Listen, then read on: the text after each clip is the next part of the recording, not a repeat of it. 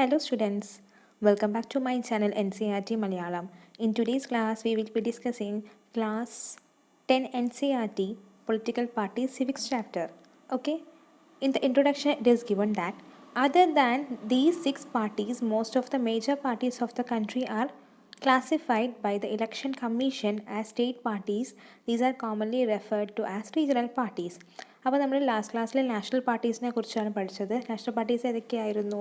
നമ്മൾ പറഞ്ഞിട്ടുണ്ടായിരുന്ന Indian National Congress, CPIM, CPI, NCP തുടങ്ങിയ parties, BJP, Bharatiya Janata party, BSP ഇതൊക്കെയാണ് നമ്മൾ പഠിച്ചിട്ടുണ്ടായിരുന്നത് അല്ലേ. ഇനി നമ്മൾ പഠിക്കാൻ പോകുന്നത് സ്റ്റേറ്റ് പാർട്ടീസ് എന്തൊക്കെയാണെന്ന്. ഇത് കൂടാതെ തന്നെ ഈ പറയുന്ന 6 പാർട്ടി കൂടാതെ തന്നെ വേറെയും മേജർ പാർട്ടീസ് ഉണ്ട് ഇലക്ഷൻ കമ്മീഷൻ്റെ കീഴിൽ. അവയെ നമ്മൾ എന്ത് വിളിച്ചു? സ്റ്റേറ്റ് പാർട്ടീസ് എന്ന് വിളിച്ചു. These are commonly referred to as regional parties. അപ്പോൾ ഇതിനെ കോമൺലി നമ്മൾ റീജിയണൽ പാർട്ടീസ് അല്ലെങ്കിൽ സ്റ്റേറ്റ് പാർട്ടി എന്നൊക്കെ പറയും. Yet these parties need not be regional in their ideology or outlook. Some of these are all India parties that happen to have succeeded only in some state. ഇത് ഒരു സ്റ്റേറ്റിന് മാത്രമുള്ള party എന്നൊന്നും ഒരിക്കലും പറയാൻ പറ്റില്ല. കാരണം ചില പാർട്ടികളൊക്കെ എന്ത് ചെയ്യാം, നാഷണൽ പാർട്ടീസിൻ്റെ കീഴിലായിട്ട് അല്ലെങ്കിൽ ഒരു സ്റ്റേറ്റിൽ കൂടുതലായിട്ട് വരുന്ന പാർട്ടീസായിട്ട് നമുക്ക് കാണാൻ പറ്റും. ഈ എക്സാമ്പിൾ പറയുകയാണ്, നമ്മൾ പറഞ്ഞ സമാജ്വാദി പാർട്ടിയും സമതാ പാർട്ടിയും രാഷ്ട്രീയ ജനതാ ദാലൊക്കെ നാഷണൽ പൊളിറ്റിക്കൽ ഓർഗനൈസേഷൻ്റെ യൂണിറ്റുകളായിട്ട് പല പല സ്റ്റേറ്റുകളിൽ കാണുന്ന ഓരോ പാർട്ടീസാണ്. ഈ ഒരു പാർട്ടീസിൽ വേറെ പാർട്ടീസ് എന്നൊക്കെ പറയുമ്പോൾ ബിജു ജനതാ പാർട്ടി, അതുപോലെ തന്നെ Sikkim democratic front, Mizoram national front ഒക്കെ അവരുടേതായിട്ടുള്ള സ്റ്റേറ്റ് ഐഡൻറ്റിറ്റിയിൽ കാണുന്ന പാർട്ടീസാണ്. നമുക്കറിയാം പേര് മിസോ നാഷണൽ ഫ്രണ്ട് തന്നെ നമുക്ക് മനസ്സിലാവും. ഈ പാർട്ടി കൂടുതലായിട്ട് ഡോമിനൻ്റായി നിൽക്കുന്നത് മിസോറാമിലാണ്. Over the last 3 decades, the number and strength of these parties have expanded. This made the Parliament of India politically more and more diverse. അപ്പോൾ ഏകദേശം 30 വർഷത്തോളമായിട്ട് ഈ പാർട്ടിക്ക് കൂടുതൽ ഇങ്ങനെ എക്സ്പാൻഡ് ചെയ്യാൻ തുടങ്ങി, അല്ലെങ്കിൽ വിപുലീകരിക്കാൻ തുടങ്ങി. അപ്പോൾ ഈ ഒരു പാർട്ടി കാരണം നമ്മുടെ പാർലമെൻറ്റിൽ തന്നെ ഒരുപാട് ഡൈവേഴ്സിറ്റി ഉണ്ട്. അതായത് ഒരുപാട് പല പല രീതിയിലുള്ള കുറേ പാർട്ടീസ് വരാൻ തുടങ്ങി. No one national party is able to secure on its own a majority in Lok Sabha. അപ്പോൾ ഒരു പാർട്ടി മാത്രം ഒറ്റ രീതിയിൽ ലോക്സഭയിൽ മെജോറിറ്റി കൈക്കലാക്കാൻ പറ്റില്ല. As a result national parties are compelled to form alliances with state party. അപ്പോൾ ഈ സ്റ്റേറ്റ് പാർട്ടിക്ക് ഒറ്റയ്ക്ക് ലോക്സഭയിൽ കയറിയിട്ട് ഇങ്ങനെ നല്ല രീതിയിൽ മുന്നോട്ട് പോകാൻ പറ്റില്ല. അതുകൊണ്ട് തന്നെ എന്ത് ചെയ്യുന്നതെന്ന് വെച്ചാൽ നാഷണൽ പാർട്ടിക്ക് ഒരു നല്ല ഒരു സ്റ്റേറ്റ് പാർട്ടിയായിട്ട് ഒരു അലയൻസ് അല്ലെങ്കിൽ ഒരു സംഖ്യം അതിലേക്ക് ചേരേണ്ട ഒരു അത്യാവശ്യകതയുണ്ട്. അപ്പോൾ നാഷണൽ പാർട്ടീസ് എന്ത് ചെയ്യും? സ്റ്റേറ്റ് പാർട്ടീസിൻ്റെ കൂടെ കൂടും. State parties has got an opportunity to be the part of one of the other national level coalition government. അപ്പോൾ സ്റ്റേറ്റ് പാർട്ടീസ് എന്താവും, ഇങ്ങനെ നാഷണൽ ലെവലിൽ ഒരു ഗവൺമെൻറ് ഫോം ചെയ്യുന്നതിന് അവരൊരു പാർട്ടാകും. This has contributed to the strengthening of federalism and democracy in our country. അപ്പോൾ ഇത് കാരണം നമ്മുടെ നാട്ടിൽ ഫെഡറലിസം, അതായത് കേരള അല്ലെങ്കിൽ അതായത് സ്റ്റേറ്റിൻ്റെ ഒരു ഭരണവും അതുപോലെ തന്നെ ഡെമോക്രസി നമ്മുടെ കൺട്രിയിൽ സ്ട്രെങ്തൻ ചെയ്യാൻ വേണ്ടിയിട്ട് സഹായിക്കുകയുണ്ടായി.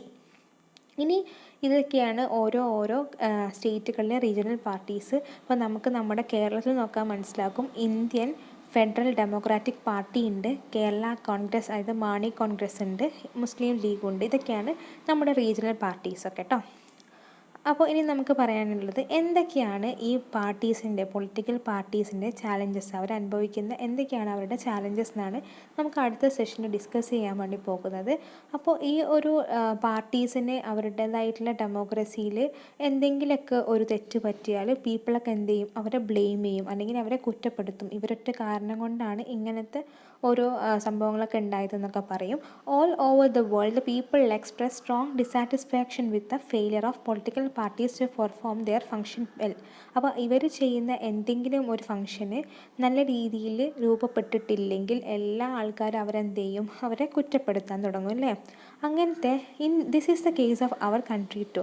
നമ്മുടെ കൺട്രിയിലും ഇതുപോലത്തെ ഒരു കേസാണ്. കാരണം അധികം ആൾക്കാരും ഇങ്ങനെ ഡിസാറ്റിസ്ഫൈ ചെയ്യുക അല്ലെങ്കിൽ അവരെ ഇഷ്ടപ്പെടാത്ത രീതിയിലും ക്രിട്ടിസൈസ് ചെയ്യുകയും എനിക്ക് എപ്പോഴാണ് ചെയ്യുക? ഒരു 4 problems areas in the working of the political parties ഉണ്ട്. അപ്പോൾ ഇതൊക്കെ എന്തൊക്കെയാണ് ഈ ചാലഞ്ചസൊക്കെ നമുക്ക് ഡിസ്കസ് ചെയ്യാം. പൊളിറ്റിക്കൽ പാർട്ടീസിന് ഒരുപാട് എന്തൊക്കെ ചാലഞ്ചസ്, ഇങ്ങനെ എഫക്റ്റീവായിട്ടുള്ള ഡെമോക്രസി ലീഡ് ചെയ്ത് പോകണമെങ്കിൽ ഒരുപാട് ചാലഞ്ചസ് അവർക്ക് നേരിടേണ്ടി വരും അല്ലെങ്കിൽ അനുഭവിക്കേണ്ടി വരും. അതിൻ്റെ ഫസ്റ്റ് ചലഞ്ചിനെ പറ്റി പറയുകയാണ് ലാക്ക് ഓഫ് ഇൻറ്റേർണൽ ഡെമോക്രസി. ഒരു ഇൻറ്റേർണൽ ഡെമോക്രസിയുടെ അഭാവം അല്ലെങ്കിൽ ലാക്ക് ഓഫ് ഇൻറ്റേർണൽ ഡെമോക്രസിയാണ് ഒന്നാമത്തെ ചാലഞ്ച്. അത് പാർട്ടികളിൽ തന്നെ ഇൻറ്റേർണൽ ഡെമോക്രസിയുടെ അഭാവം ഉണ്ടാവുക.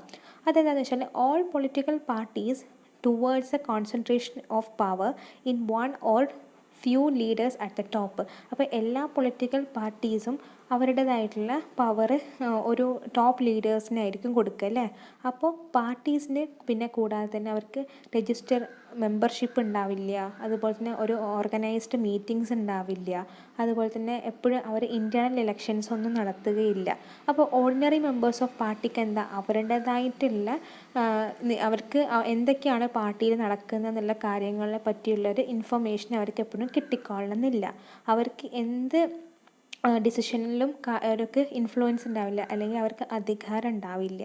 അതുകൊണ്ട് തന്നെ എന്ന് വെച്ചാൽ ലീഡേഴ്സിന് ഏറ്റവും കൂടുതൽ ഡോമിനൻറ്റ് പവർ ആയിരിക്കും അല്ലെങ്കിൽ ഗ്രേറ്റർ പവർ ആയിരിക്കും എന്തെങ്കിലും ഡിസിഷൻസും കാര്യങ്ങളൊക്കെ തീരുമാനിക്കാൻ വേണ്ടിയിട്ട്. അപ്പോൾ since one or few leaders exercise paramount power in the party, those who disagree with the leadership find it difficult to continue in the party. അപ്പോൾ ലീഡേഴ്സ് മാത്രം അവരുടേതായിട്ടുള്ള ഡിസിഷനും പോളിസീസൊക്കെ റൈറ്റപ്പ് ചെയ്യുകയാണെങ്കിൽ ബാക്കിയുള്ള ഫോളോവേഴ്സിന് അത് ഡിഫിക്കൽട്ടായിരിക്കും പാർട്ടിയിൽ കണ്ടിന്യൂ ചെയ്യാൻ വേണ്ടിയിട്ട്. അപ്പോൾ more than loyalty to the party principle and policies personal loyalty to the leader becomes more important. അപ്പോൾ ഒരു പാർട്ടിയോടുള്ള ലോയാലിറ്റിയും അതുപോലെ തന്നെ അതിൻ്റെ പ്രിൻസിപ്പിൾസിനോടുള്ള ഒരു അനുകമ്പയൊക്കെ കാരണം എന്നല്ല, മെയിനായിട്ട് ഏത് വ്യക്തിയാണോ ലീഡറായിട്ടുള്ള അയാളോടുള്ള ലോയാലിറ്റി കാരണമാണ് അവിടെ ഏറ്റവും കൂടുതൽ ഇമ്പോർട്ടൻ്റ് ആവുക. അല്ലെങ്കിൽ പാർട്ടിയോടുള്ള കൂറോ അല്ലെങ്കിൽ പ്രിൻസിപ്പിൾസിനോടുള്ള കൂറൊന്നും ആയിരിക്കില്ല. അതാണ് ഫസ്റ്റ് അവരനുഭവിക്കുന്ന ഒരു ചാലഞ്ച്, അതായത് challenges in the internal democracy. അപ്പോൾ അത് മനസ്സിലായെന്ന് പ്രതീക്ഷിക്കുന്നു. നമുക്ക് അടുത്ത ചാലഞ്ച് എന്താണെന്ന് വ്യക്തമാക്കാം. The second challenge of the dynastic succession is related to the first one. അപ്പോൾ ഈ ഡൈനാസ്റ്റിക് സക്സഷൻ എന്നുകൊണ്ട് ഉദ്ദേശിക്കുന്നത് ഭയപ്പെടുന്നു വേണ്ട, ആ പേര് തന്നെ മനസ്സിലാവും. ഡൈനാസ്റ്റിക് അതായത് തലമുറ, പിന്തുടർച്ച. സക്സഷൻ അതായത് ഒരു തലമുറ, ഇപ്പോൾ ഇത്രയും കാലം ഭരിച്ച ഒരു പാർട്ടിയിലെ നേതാക്കൾ തന്നെ എന്ത് ചെയ്യും, അതിലുള്ള അവരുടെ മകനോ അല്ലെങ്കിൽ കൊച്ചുമക്കളോ പേരമക്കളോ ഒക്കെ ആയിരിക്കും അടുത്ത പാർട്ടിയിൽ ഇതിൻ്റെ സക്സസീവായിട്ട് ഭരിക്കാൻ ഒരു അവകാശം ഉണ്ടാവുക. അപ്പോൾ അതാണ് അടുത്ത ചലഞ്ച്, ഡൈനാസ്റ്റിക് സക്സഷൻ എന്ന് പറയുന്നത്. Since the most political parties do not participate open and transparent procedures for their functioning, there are very few ways for an ordinary worker to rise to the top of a party. അപ്പം ഒരു ordinary ആയിട്ടുള്ള ഒരാൾക്ക്, ഒരു സാധാരണ കുടുംബത്തിൽ ജനിച്ച ഒരാൾക്ക് ഒരിക്കലും എന്ത് ചെയ്യാൻ പറ്റില്ല, അവരുടേതായിട്ടുള്ള പ്രൊസീജിയേഴ്സും കാര്യങ്ങളൊക്കെ നടത്തിയിട്ട് ഒരു പാർട്ടിയിൽ ഉന്നത നിലയിലെത്താൻ പറ്റില്ല. അപ്പോൾ അവർക്ക് എന്ത് വേണം, ഒരു സപ്പോർട്ട് വേണം. അപ്പോൾ കൂടുതലായിട്ട് ഈ ഒരേ കുടുംബത്തിൽ ജനിച്ചു കണ്ട് മുന്നോട്ട് വന്ന ആൾക്കാർ മാത്രമേ ആ ഒരു പാർട്ടിയിൽ ലീഡായിട്ട് വരുള്ളൂ. Those who happen to be the leaders are in the position of unfair advantage to favor people close to them or even their family members. അപ്പോൾ നല്ലൊരു അഡ്വാൻറ്റേജ് എടുക്കും ഇവർ ഫാമിലി മെമ്പേഴ്സിനെ ആയിട്ടോ അല്ലെങ്കിൽ അവരുടേതായിട്ടുള്ള ക്ലോസ് ആയിട്ടുള്ള ആൾക്കാരും ആയിട്ട്. In many parties the top positions are always controlled by the members of one family. ഒരുപാട് പാർട്ടീസിൽ നമുക്ക് കാണാൻ പറ്റുന്നതാണ് അവരുടെ ഒരു ഫാമിലി മെമ്പേഴ്സ് തന്നെയായിരിക്കും മെയിൻ ആയിട്ടുള്ള റോൾ കീപ്പപ്പ് ചെയ്യുന്നത്. This is unfair to other members of that family. അല്ലെങ്കിൽ ബാക്കി മെമ്പേഴ്സിനൊക്കെ ഇത് അൺഫെയർ ആണ് അല്ലേ, അതൊരു നല്ലൊരു കാര്യമല്ല. This is also bad for the democracy since the people who do not have adequate experience or popular support came to occupy positions of power. ഇത് ഡെമോക്രസിക്ക് ബാഡ് ആവുകയാണെന്ന് പറയാൻ കാരണം എന്താണെന്ന് വെച്ചാൽ ഇവർക്ക് ഒരുപക്ഷെ എന്തുണ്ടാവില്ല, ഈ പറഞ്ഞ കുടുംബത്തിൽ നല്ലൊരു പാരമ്പര്യമുള്ള കുടുംബത്തിൽ ജനിച്ചതാണെങ്കിൽ പോലും ഇവർക്കൊരു പക്ഷേ അതിനനുസരിച്ചുള്ള അനുഭവം അല്ലെങ്കിൽ എക്സ്പീരിയൻസും ഉണ്ടാവില്ല, അതുപോലെ തന്നെ ഇതുപോലത്തെ പോപ്പുലർ സപ്പോർട്ടും ഉണ്ടാവില്ല. അതുകൊണ്ട് തന്നെ അങ്ങനത്തെ ആൾക്കാരാണ് അവസാനം എന്ത് ചെയ്യും, പവറിൽ നല്ല രീതിയിലെത്തുന്നത്. നമ്മുടെ ഡെമോക്രസിക്ക് ബാഡ് ആയിട്ടുള്ളൊരു കാര്യമാണ്. This tendency is present in some measure all over the world including in some of the other democracies. അപ്പോൾ ഈ ഒരു ടെൻഡൻസി എന്ന് പറയുമ്പോൾ ലോകത്തെ എല്ലായിടത്തും കാണുന്നതാണ്. വേറെയുള്ള ഡെമോക്രാറ്റിക് കൺട്രിയിൽ പോലും നമുക്കത് കാണാൻ കഴിയും. അപ്പോൾ ഇതാണ് അടുത്തൊരു ചലഞ്ച്. ഫസ്റ്റ് എന്ന് പറയുമ്പോൾ ഇൻറ്റേർണൽ ഡെമോക്രസിയാണ്, രണ്ടാമത്തേന്ന് പറയുമ്പോൾ ഡൈനാസ്റ്റിക് സക്സഷനാണ്. അപ്പോൾ സിമ്പിളാണ് കാര്യങ്ങളൊക്കെ, ആ ഒരു വേർഡും അതുപോലെ തന്നെ അതിൻ്റെ കീഴിലുള്ള കാര്യങ്ങളൊക്കെ മനസ്സിലാക്കി വെച്ചാൽ തന്നെ ആൻസർ എത്തിക്കാൻ സുഖമാണ്. ഇനി തേർഡ് ചാലഞ്ച് എന്ന് പറയുമ്പോൾ third challenge is about the growing role of money and muscle power in the parties especially during the elections. Since parties are focused only on winning elections they tend to use short cuts to win elections. അപ്പോൾ അടുത്ത challenge എന്ന് പറയുന്നത് money and muscle പവറാണ്. Money and muscle power വെച്ചിട്ട് parties കൂടുതൽ മുന്നേറാൻ ശ്രമിക്കും.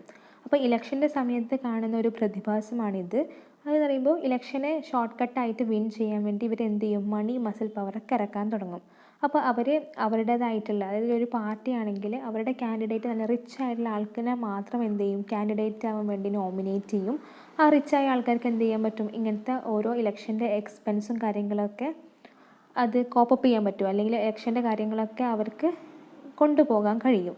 അതുകൊണ്ടാണ് റിച്ച് ആയിട്ടുള്ള ആൾക്കാരെ കൂടുതലും കാൻഡിഡേറ്റ് ആയിട്ട് നോമിനേറ്റ് ചെയ്യാൻ കാരണം. ചില കേസസിൽ പാർട്ടീസ് എന്ത് ചെയ്യും, ക്രിമിനൽസിനെ സപ്പോർട്ട് ചെയ്ത് കണ്ട് ഇലക്ഷനെ വിൻ ചെയ്യാൻ വേണ്ടിയിട്ട് ശ്രമിക്കും. Democrats all over the world are worried about the increasing role of rich people and big companies in democratic politics. അപ്പോൾ ഡെമോക്രാറ്റ്സ് ഒക്കെ, അതായത് നമ്മളെ പോലെ ആൾക്കാരൊക്കെ worried ആവാൻ കാരണം എന്താണെന്ന് വെച്ചാൽ ഇവരൊരുപാട് നല്ല നല്ല ഉയർന്ന പണമുള്ള ആൾക്കാരെയും അതുപോലെ തന്നെ നല്ല നല്ല വലിയ വലിയ കമ്പനീസിനൊക്കെയാണ് ഡെമോക്രാറ്റിക് പൊളിറ്റിക്സിലേക്ക് ഇറക്കുന്നത്. അപ്പോൾ അതൊരു അടുത്ത ചാലഞ്ചാണ് ഈ പറയുന്ന പൊളിറ്റിക്കൽ പാർട്ടീസിന്. ഇനി അടുത്തൊരു ചാലഞ്ച് എന്ന് പറയുമ്പോൾ the fourth challenge is that very often parties do not seem to offer a meaning choice to the voters. അപ്പോൾ എപ്പോഴും പാർട്ടീസിന് നല്ലൊരു ചോയ്സ് വോട്ടേഴ്സിന് കൊടുക്കാൻ കഴിയില്ല. കാരണം എന്താ, അവർ ഇലക്ഷന് മുന്നേ അവർ ഇത് ചെയ്യും മറ്റ് ചെയ്യും, റോഡ് പുരോഗമനത്തിനും വികസനത്തിനും കാര്യങ്ങളൊക്കെ സപ്പോർട്ട് ചെയ്യുന്നൊക്കെ പറഞ്ഞിട്ട് അവസാനം എന്ത് ചെയ്യും, അധികാരത്തിൽ ഏറ്റെടുത്താൽ അല്ലെങ്കിൽ അധികാരത്തിൽ എത്തിപ്പെട്ടാൽ ഇവർ നേരെ ഓപ്പോസിറ്റ് ആയിട്ടുള്ളൊരു ആക്ഷൻ ആയിരിക്കും, അല്ലെങ്കിൽ അവരിത് ചെയ്യില്ല. എന്തൊക്കെയാണ് അവർ വാഗ്ദാനങ്ങൾ കൊടുത്താൽ അതൊന്നും ചെയ്യില്ല അവർ. അപ്പോൾ in order to offer meaningful choice parties must be significantly different. അപ്പോൾ ഒരു നല്ലൊരു ചോയ്സ് കൊടുക്കുകയാണെങ്കിൽ അവർ ചില സമയത്ത് സിഗ്നിഫിക്കൻ്റ്ലി ഡിഫറെൻ്റ് ആയിട്ടുള്ള ആക്ഷൻസാണ് കീപ്പ് അപ്പ് ചെയ്യുക. In recent years there has been A decline in the ideological differences among parties in most part of the world. അപ്പം ഈ അടുത്തായിട്ട് ഓരോ പാർട്ടിയുടെയും ഐഡിയോളജിക്കലി ഡിഫറൻസസ് ഒക്കെ കൂട്ടാൻ തുടങ്ങി, ഡിക്ലൈൻ ചെയ്യാൻ തുടങ്ങി, കുറയാൻ തുടങ്ങി. ഒരു എക്സാമ്പിൾ പറയുകയാണെങ്കിൽ ലേബർ പാർട്ടിയും കൺസർവേറ്റീവ് പാർട്ടിയും, കൺസർവേറ്റീവ് പാർട്ടി ബ്രിട്ടനിലുള്ള അവരുടേതായിട്ടുള്ള ഡിഫറൻസസ് കുറവാണ്. പക്ഷേ അവരെന്ത് ചെയ്യുക, അവരുടെ മെയിൻ ഫണ്ടമെൻ്റൽ ആസ്പെക്റ്റ്, ഒരാളുടെ മൗലികാവകാശങ്ങളും കാര്യങ്ങളൊക്കെ അവർ എഗ്രി ചെയ്യും. പക്ഷേ അവർ ഏറ്റവും കൂടുതൽ ഡിഫറെൻ്റ് ആയിട്ടുള്ളത് എങ്ങനെയാണ് പോളിസീസ് എടുത്തിരുന്നതും ഫ്രെയിം ചെയ്തിരുന്നതും എങ്ങനെയാണ് അത് ഇംപ്ലിമെൻറ്റ് ചെയ്തതിൽ മാത്രമേ വ്യത്യാസം ഉണ്ടായിരുന്നുള്ളൂ ഈ പറഞ്ഞ ലേബർ പാർട്ടിയും അതുപോലെ തന്നെ കൺസർവേറ്റീവ് പാർട്ടിയും. അപ്പോൾ those who want really different policies have no option available to them. Sometimes people cannot even elect very different leaders either because the same set of leaders keep shifting from one party to another. അപ്പം ഇങ്ങനത്തെ ഒരു choice, അതായത് വാഗ്ദാനമൊക്കെ തന്നിട്ട് ഇവർ പറ്റിക്കാൻ നോക്കുകയാണെങ്കിൽ people എന്ത് ചെയ്യും, അവർ അവരുടേതായിട്ടുള്ള ഫോക്കസിൽ നെക്സ്റ്റ് ടൈം ആ ആളെ ഇലക്ട് ചെയ്യാതിരിക്കാൻ അല്ലെങ്കിൽ ആ ആൾക്ക് വോട്ട് കൊടുക്കാതിരിക്കാൻ ശ്രമിച്ചാലും ഈ പറയുന്ന വലിയ വലിയ ലീഡേഴ്സൊക്കെ എന്ത് ചെയ്യും, നെക്സ്റ്റ് ടൈം പാർട്ടി ചേഞ്ച് ചെയ്യും. ഇപ്പോൾ ഒരു ഇടതുപക്ഷത്തിലുള്ള ഒരാളാണെങ്കിൽ അത്യാവശ്യം നല്ല മുന്നോക്കം നിൽക്കുന്ന അല്ലെങ്കിൽ വോട്ട് കൊടുക്കുന്ന ഒരാളാണെങ്കിൽ നെക്സ്റ്റ് ടൈം ആൾക്കാർ ഇയാളെ മാറ്റിയിട്ട് വേറൊരാളെ ഇലക്ട് ചെയ്യണമെന്ന് വിചാരിക്കുകയാണെങ്കിൽ തന്നെ ഈ ആളെന്ത് ചെയ്യും, അടുത്ത ഒരു സെഷനിലേക്ക് അല്ലെങ്കിൽ ഇടതുപക്ഷത്തിൽ നിന്നുള്ള ആൾ വലതുപക്ഷത്തിലേക്ക് പോകാനും സാധ്യതയുണ്ട്. അതാണ് ഒരു പാർട്ടിയിൽ നിന്ന് വേറൊരു പാർട്ടിയിലേക്ക് പോയിട്ട് അവരുടേതായിട്ടുള്ള ഇലക്ഷൻ അധികാരങ്ങളൊക്കെ കുറയ്ക്കാൻ ചെയ്യും. അപ്പോൾ ഇതൊക്കെയാണ് നമുക്ക് ഈ പറയുന്ന ചാലഞ്ചസ് ടു ഡെമോക്രസിയിൽ പറയുന്നത്. അപ്പോൾ once again I repeating that, ഒന്നെന്ന് പറയുമ്പോൾ ലാക്ക് ഓഫ് ഇൻറ്റേർണൽ ഡെമോക്രസീസ് ആണ്. അപ്പോൾ അതിലെന്ന് പറയുമ്പോൾ ഏറ്റവും സുപ്പീരിയൻ്റ് ആയിട്ടുള്ള ലീഡേഴ്സ് എന്ത് ചെയ്യും, സുപ്പീരിയൻ റോൾ കൊടുക്കും. അപ്പോൾ ബാക്കിയുള്ള മെമ്പേഴ്സിനോ അല്ലെങ്കിൽ ഫോളോവേഴ്സിനോ ഒരു റൈറ്റും ഉണ്ടാവില്ല ഒരു തീരുമാനത്തിനുള്ള ഡിസിഷൻ ഓർ പോളിസി മേക്കിങ്ങിൽ. That's all about lack of internal democracy. Next is about the dynastic succession, അതായത് ഫാമിലിയിലെ ഒരു സക്സഷൻ ആയിട്ടുള്ള ആൾക്കാരെന്നെ പാർട്ടി ഭരിക്കും. ഇത് കാരണം എന്ന് വെച്ചാൽ അവർക്കൊരു പക്ഷേ എക്സ്പീരിയൻസോ അല്ലെങ്കിൽ ഒരു പോപ്പുലർ സപ്പോർട്ടോ ഉണ്ടാവില്ല. അപ്പോൾ അത് പറഞ്ഞു. Third one is the money and muscle power. മണിയും മസിൽ പവറാണ് third one. Fourth one is the meaningful choice ആണ്. അപ്പോൾ ദാറ്റ്സ് ഓൾ അബൌട്ട് ടുഡേ. അപ്പോൾ